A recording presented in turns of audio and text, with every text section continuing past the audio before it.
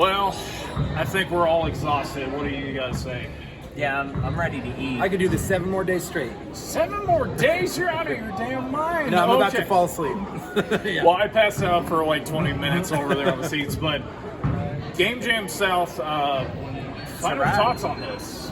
I loved it, man. I'm definitely going to go back next year. And it sounds like it will be 2 days. Yeah. And to me, Yeah. that was my only that too. thing was it needs to be 2 days. So I loved it so much. I'm gonna build a time machine so I can go back in time and go to previous years that I missed. That's how much I loved it. Wow, quite the compliment. I'm going to build a time machine to find out when he builds a time machine so that I don't have to be at the same convention as him.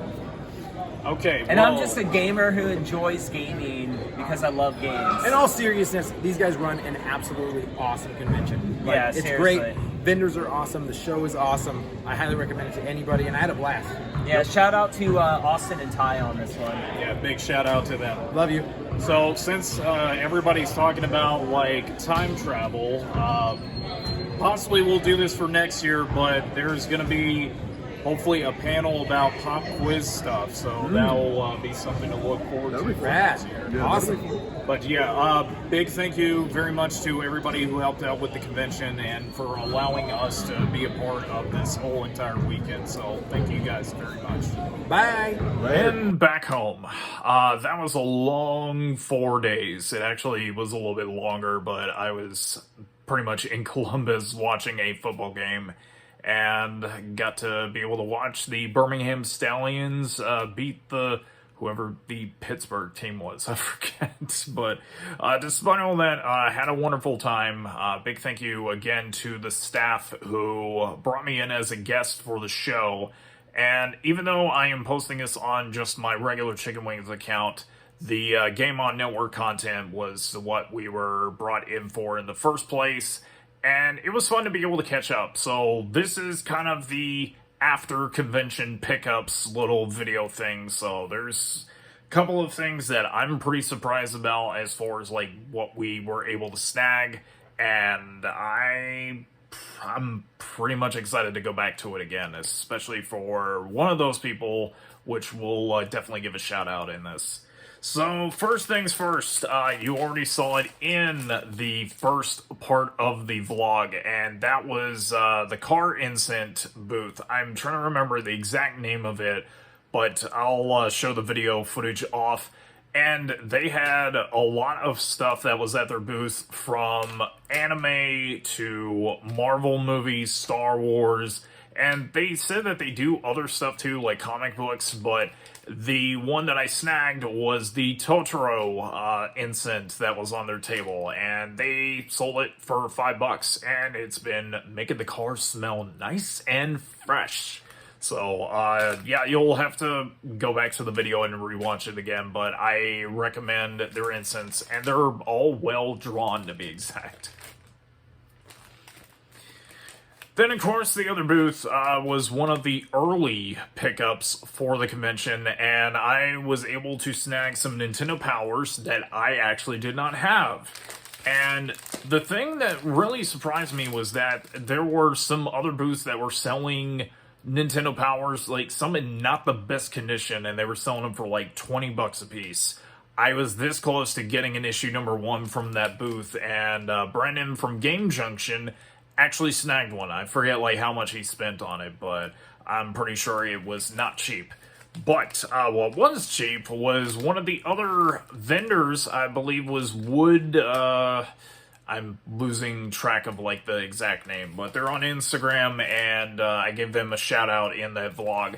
But the magazines, I'm pretty much just trying to go for a full Nintendo Power Collection because they are cheap Nintendo items. So first one I had to double check, and this was volume 101, and it has like the Extreme G low cover on it. And every single one of these had protectors on them, and I actually have the magazine little protectors that I need to start bagging and boarding all of my books. But there was volume 101, then this one was, I can't seem to find where it is. Oh, volume 91, which is with Killer Instinct Gold. That's actually one of my favorite fighting games for the N64. And I'll show the other thing in a minute. But anyways, issue 79. This one's going to be an upgrade, and I'm just going to be selling off my other copy that I've got. And then the one that was probably the worst of the bunch was volume 97 for Clay Fighter 63 1/3. So pretty much a lot of mid to late 90s era Nintendo Powers. But they pretty much sold the whole bunch. It was originally $35, but they took like $5 off. So that still is a good deal for $30 for 4 magazines. Considering most of the time people usually sell those books for like $10 a piece now. So it's kind of hard to actually collect Nintendo Powers. But those still really awesome.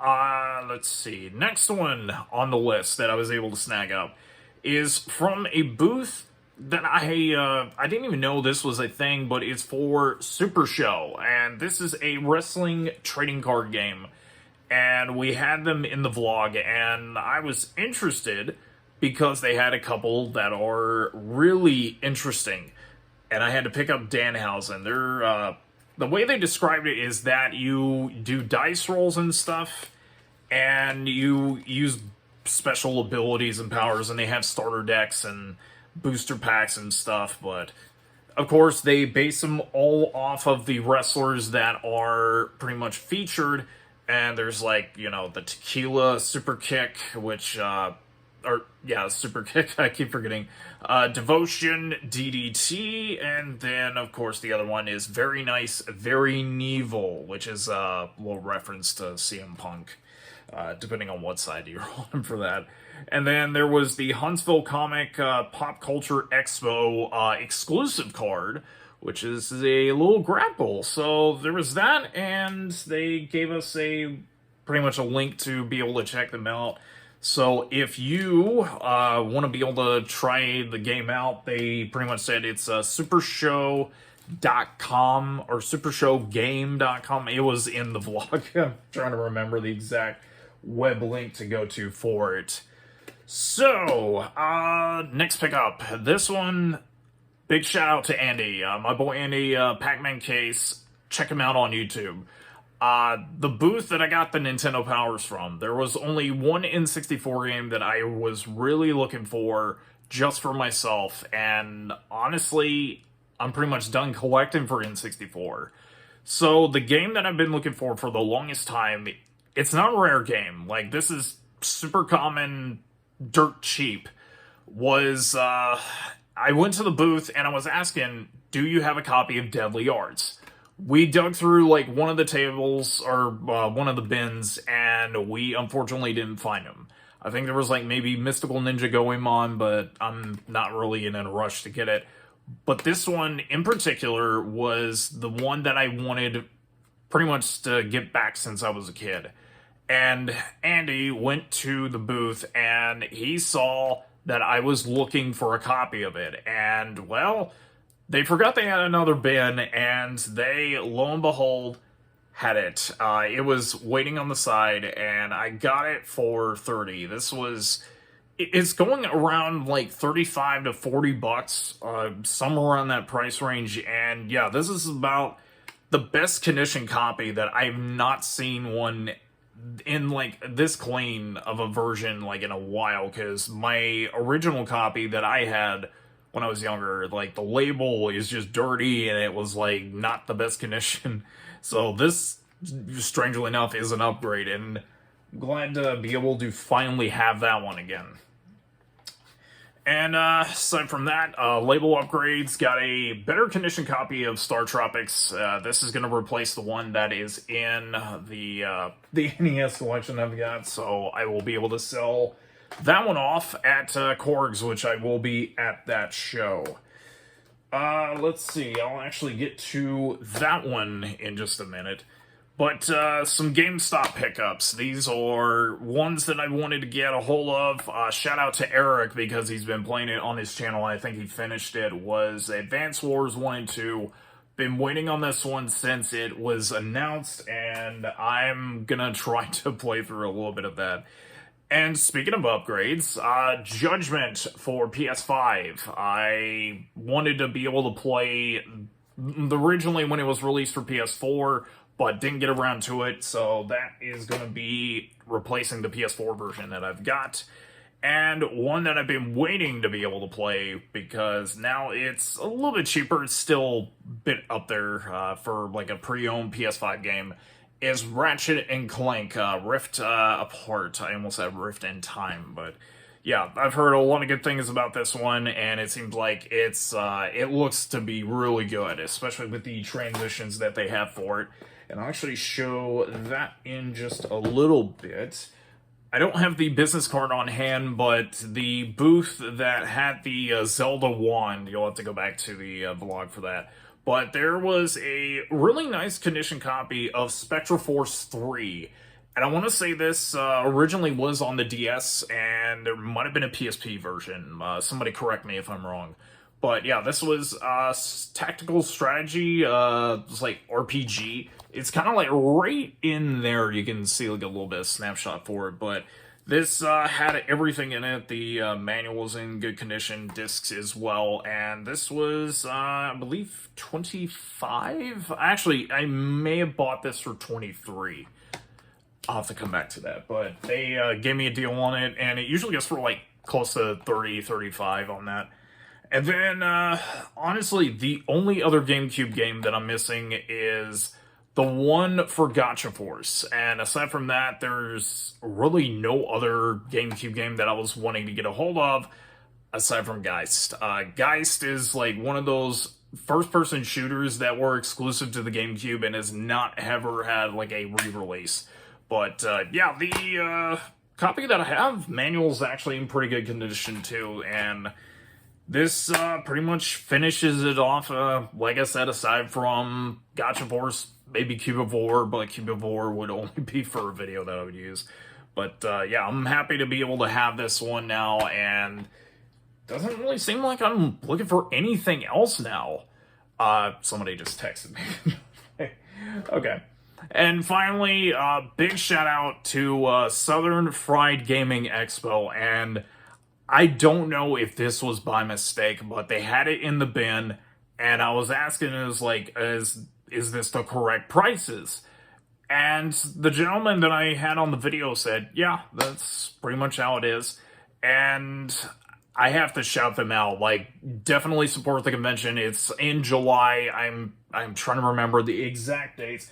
I don't have them on me right now. This is embarrassing. So, search up Southern Fried Gaming Expo. They're, I believe, going to be in Atlanta. So, very sorry once again if I am wrong. So, this was the stuff that are going to be label upgrades.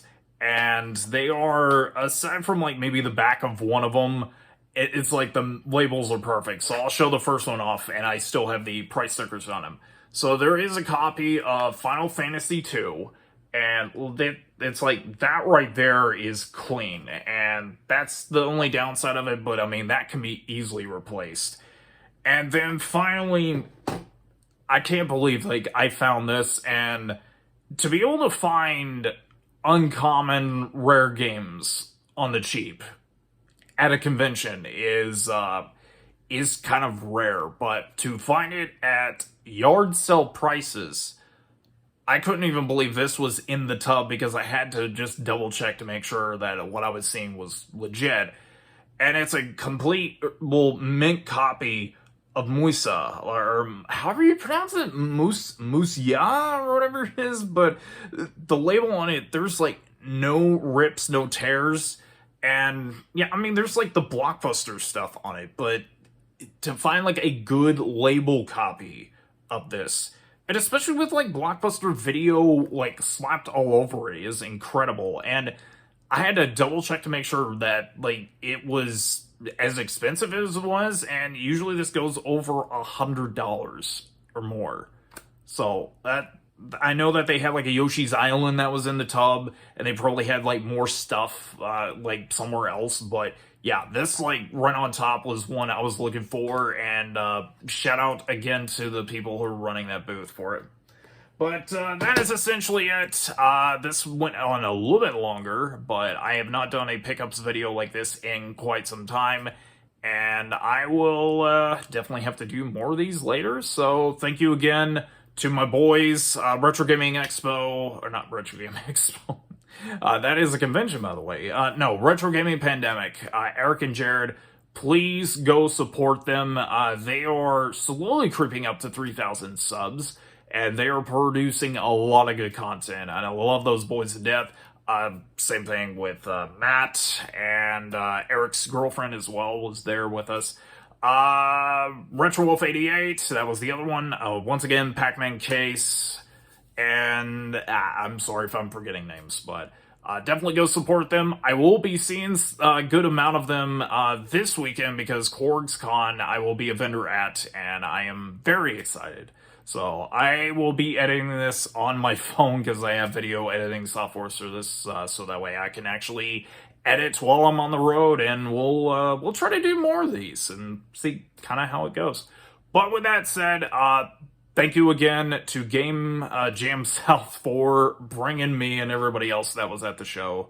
It was fun, and they said that it's going to be a 2-day thing, so I'm actually excited about that. So thank you again. Check out the rest of the videos. I know there's not really much on here yet, but I will be posting things that aren't related to Game On Network stuff. And that's about it. I gotta go and kind of clean these up. But thank you for watching. Love you all. And maybe we'll do a KorgsCon video. We'll have to wait and see. So anyways, bye. I'm out of here.